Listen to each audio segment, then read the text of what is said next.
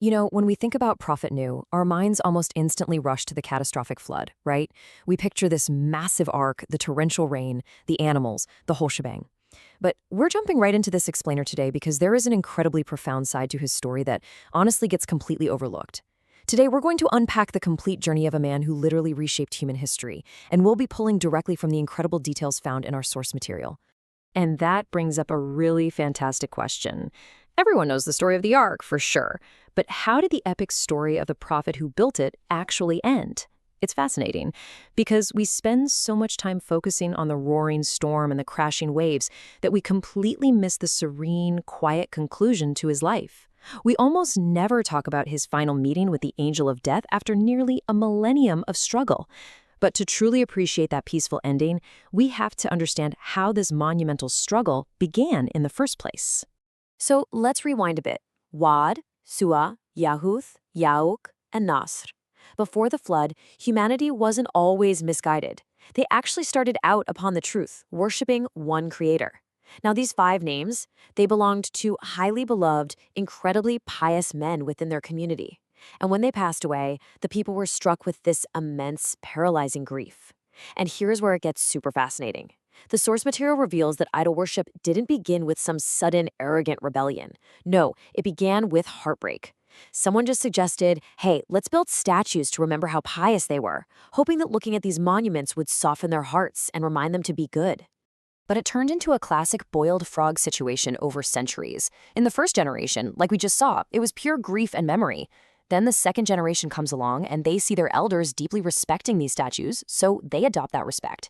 By the third generation, the original context is entirely forgotten. And by the fourth generation, these monuments of memory have fully transformed into objects of actual worship. It wasn't an overnight change, it was a slow, generational creep. So by the time Prophet Nuh was sent as the first messenger to guide them back, this misguidance was baked deep into their society. Which brings us to a staggering number, 950.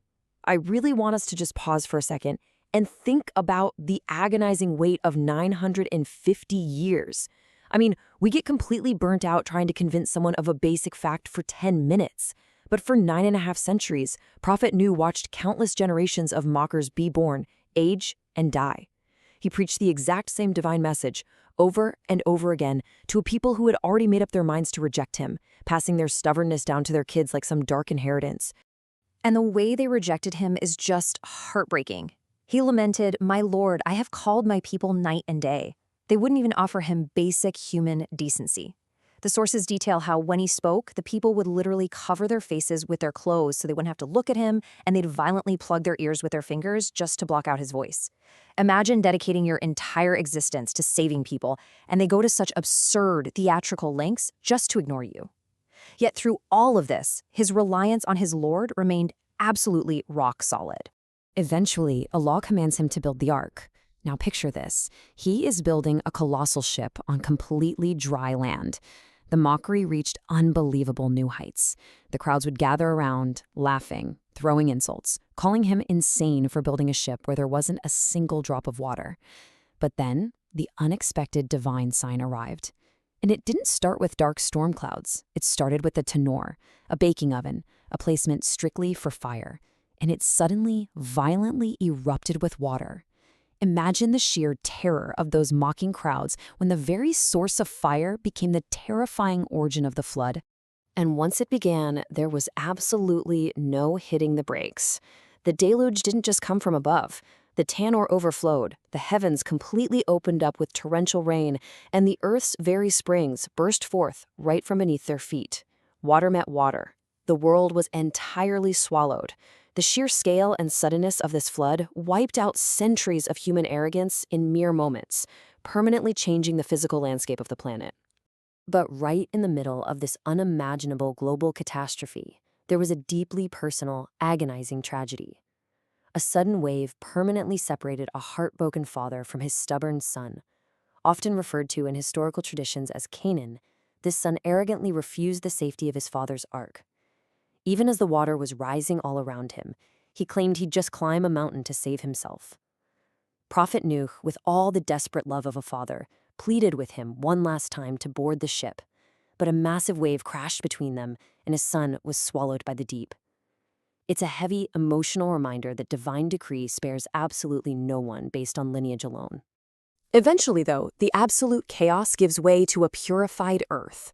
The earth is commanded to swallow its water, the skies finally clear up, and the ark comes to a safe, quiet rest on Mount Judy. Imagine being on that ship and finally stepping out. Think about the deafening, purified silence of a cleansed earth. The noise of centuries of mockery, the chaotic, roaring storm, all of it is completely gone, replaced by this untouched, absolute stillness. And that profound silence was broken by a beautiful divine greeting. O Nuh, descend with peace from us and blessings upon you. After a millennium of facing relentless insults, violent rejection, and literally a world-ending storm, these are the beautiful words that welcome him and the exhausted believers to their fresh start. It's the ultimate divine comfort, replacing all that immense hardship with profound peace and blessings. And from that fresh start comes this truly remarkable title, the second father of humanity. Because the entire world was cleansed of the previous generations, the sources emphasize that all post-flood human lineages trace back exclusively to Prophet Nuh's offspring. Every single civilization, every tribe, and every nation that exists today stems directly from this singular, blessed family that stepped off the ark onto that wet earth. We are all, literally, a part of his enduring legacy. Which honestly makes the end of his story all the more beautiful. Just think about the stark contrast of his final moments. A gentle knock, a respectful greeting, and the arrival of the angel of death. After a life of unimaginable struggle, of apocalyptic floods, of rebuilding humanity from scratch, his time on earth didn't end with some dramatic spectacle. It ended in absolute serenity. The angel of death arrived not as a terrifying force, but with profound respect, greeting the first messenger and gently concluding his incredible earthly mission. So, as we wrap up this explainer, I want to leave you with something to really chew on. After nearly a millennium of unbreakable patience and ushering in the total rebirth of humanity, what does the profound silence of Prophet Nuh's final moments teach us about ultimate trust in the divine? It leaves us with this lingering, powerful question about our own faith and endurance. If he could stand firm for nearly 1,000 years against a mocking world, relying solely on his Lord, only to find perfect peace at the end, how should we handle the storms in our own lives? I hope the legacy of this extraordinary patience stays with you.